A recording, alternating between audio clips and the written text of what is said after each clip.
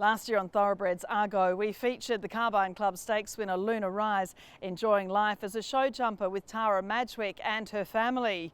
Now the son of Starcraft, who was bred and sold by Arrowfield Stud at the Inglis Easter yearling sale, is with the New South Wales Mounted Police Force. He's known as Martin after Sergeant Dick Martin, who worked in the breeding industry at Turunga Farm in the 1980s. So what does it take for a thoroughbred to become a police horse?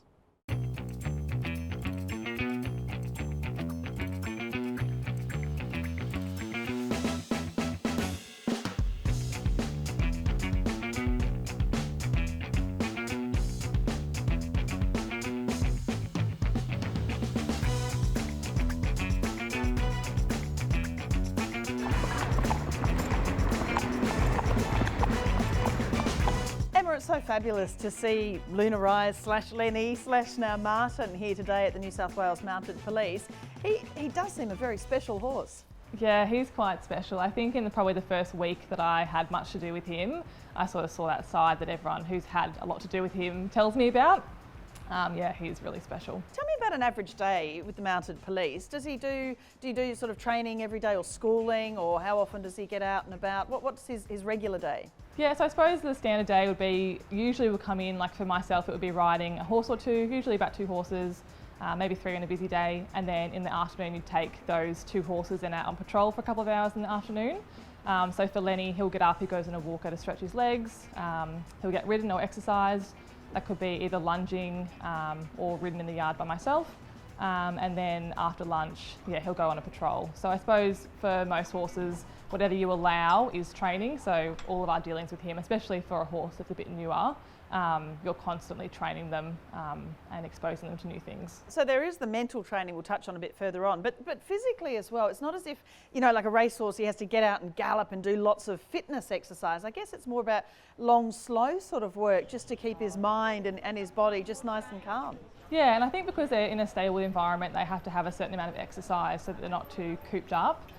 So it's really just about stretching their legs. My focus with him is getting him to use his body in a nice balance with a good acceptance of contact and legs, so that when I go out to the street and I ask him to bend or flex or slow down, he has a really positive reaction to that as well. What is it, you know, with a thoroughbred? There aren't that many thoroughbreds accepted with the Mounted Police, but what is it in his temperament that makes him suitable? I think probably the highlight of his personality is his work ethic, and especially on the street, definitely his ability to calm down from things that may have given him a bit of a fright. It's a very impressive quality when a horse can, you know, be quite scared by something, and then once that moment's passed, to be able to bring themselves back and completely calm down and continue their patrol as if that had never happened before. It's a really rare trait, but I think it's probably his best.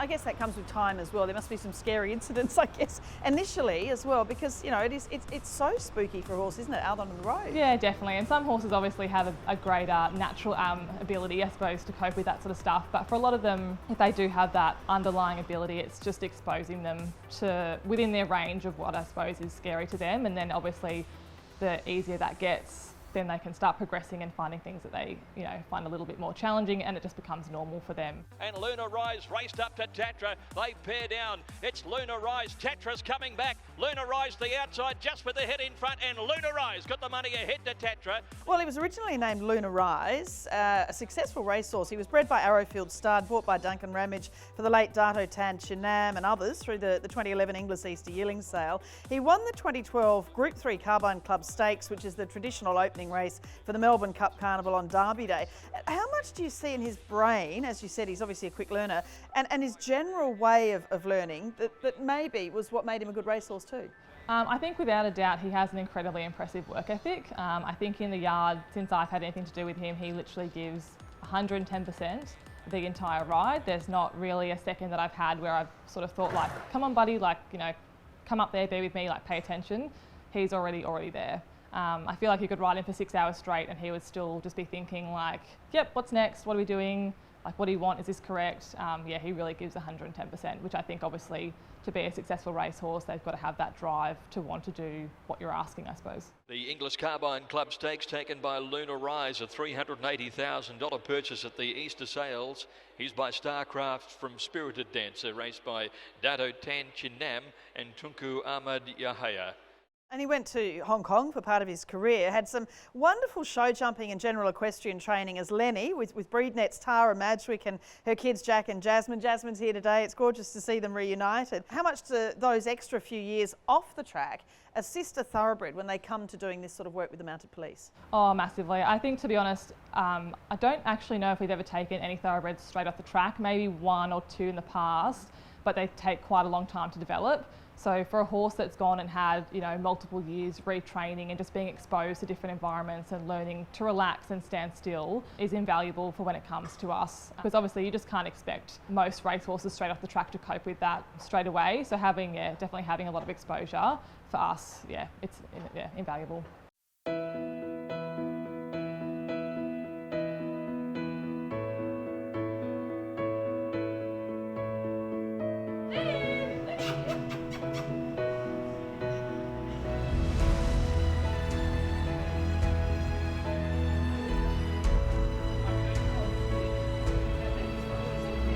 It's wonderful to see him, actually, because we sent him up here about a week before the first lockdown last year, and it never in my wildest dreams did I think that the horse would go up here for so long and I wouldn't see him up until now.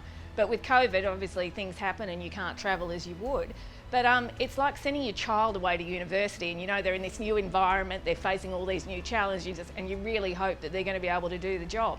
And it's fantastic that it's worked out so well for him. So how did you initially come to get him? Well, it was kind of an interesting story because my kids do quite a bit of work with off-the-track horses. Duncan Ramage is a friend of ours, and he rang and he said to me, I've got a very special horse. He said he's a nice person and I really need this horse to have a really fruitful and rewarding career going forward. Do you think you would be able to take him on? And I thought, oh God, do I really want another one of these? But when he said he was a nice person, I was a bit intrigued. So we went to Think Big Stud to try him. He'd been out of work for a couple of months, had no one on him, and I just saddled him up, took him into this sand arena that they have there. And there was a thunderstorm coming, it was late in the day, there was thunder, lightning, there was a train coming past on the tracks, it was feed up time, all the horses were running around.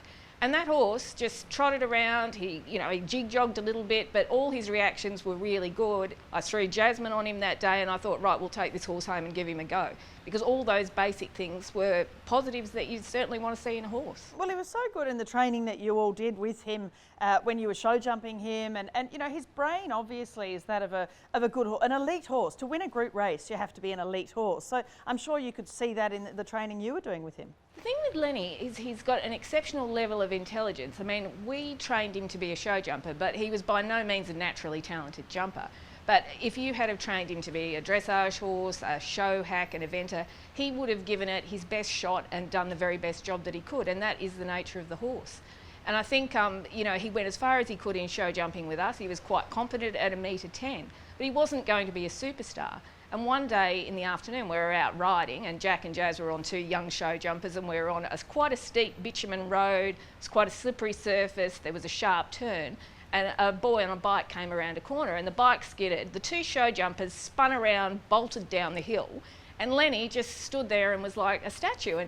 And when the other two show jumpers pulled up and came back, the kids were like, maybe this horse should be a police horse. And I thought, oh, maybe that's what his true calling is. And then we saw the ad recruiting horses and we gave it a go, and here he is. And doing such a great job. I mean, you must feel really great hearing Emma talk about the progress he's made and how much she loves him now too, another step in his life. Probably, I've done a lot of things with horses in my life, but this would be one of the things that has probably made me the proudest, in that he's such an exceptional horse and we were able to identify that. But I'm sure anybody who's ever had anything to do with this horse, a friend of mine, Megan Kelso, actually prepped him for Arrowfield Stud as a yearling, and I mean, she always says he was the most lovely colt, easy to handle, one of her favourites. And I think those sort of horses are born, not made, but then people sort of come into the picture and then, they acquire more knowledge going forward. But the basic material was always there. He's just a lovely horse.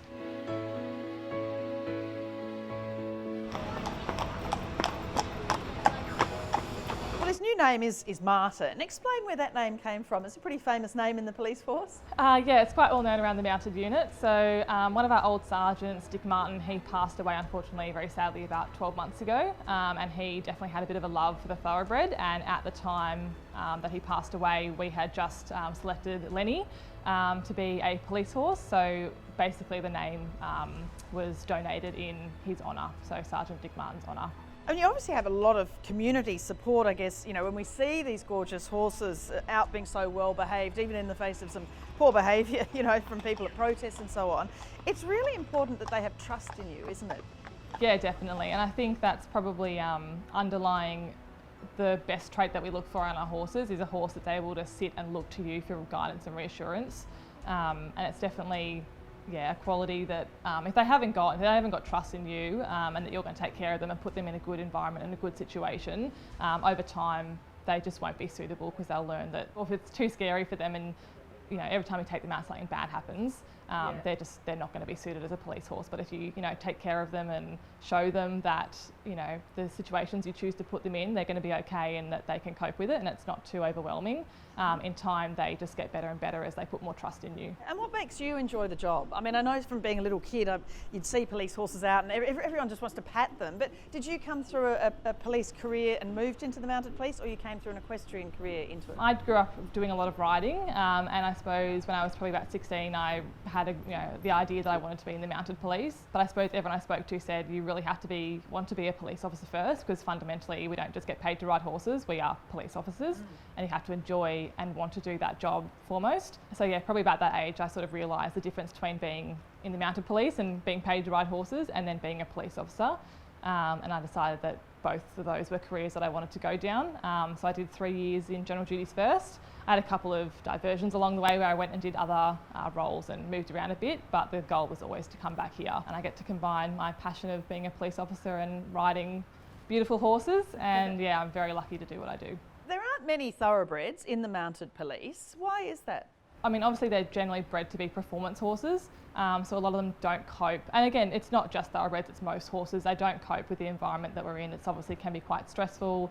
They're stabled a lot of the time. They do get a lot of holidays, like months and months of the year they're on holidays. But yeah, just the very particular environment that we have, most horses aren't suited to cope in it. So I think finding thoroughbreds that have the brain to cope with the environment and then the workload that we ask them to do can be really rare. And when you get a good one, they're great. I know you are actually looking for more thoroughbreds, but what specifically? I mean, a lot of people will say, oh, I have a lovely quiet horse. You get them to this environment and that they're actually not as quiet as they think they are. Yeah. What specifically, if someone had a lovely quiet horse that they might have done a little bit with and need to move on and think the police would be good for them? Yep, I think for us it's definitely horses that cope well if they're either, like when they're really fit, do they still keep their brain, are they still sensible and not getting too fizzy a lot of the time, especially if they've been stabled and they can stay really sensible. That's a great attribute to have. And definitely their reaction when they do get scared of things, or even when just pressure is applied, whether it's riding or external environment, what's their reaction when pressure is applied?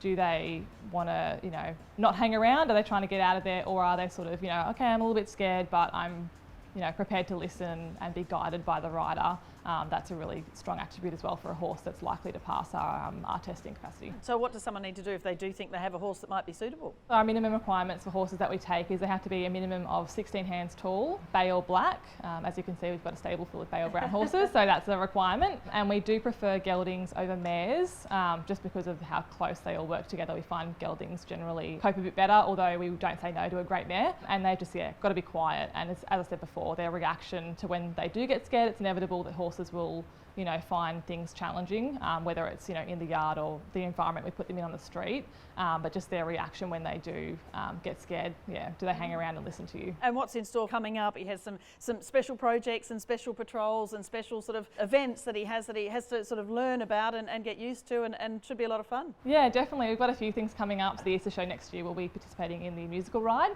so we've got a lot of training coming up for that, which will be his first time being exposed to it all, so it'll be no doubt it'll be a steep learning curve for all of us, but I think he's got a really good chance of being a really good participant in it.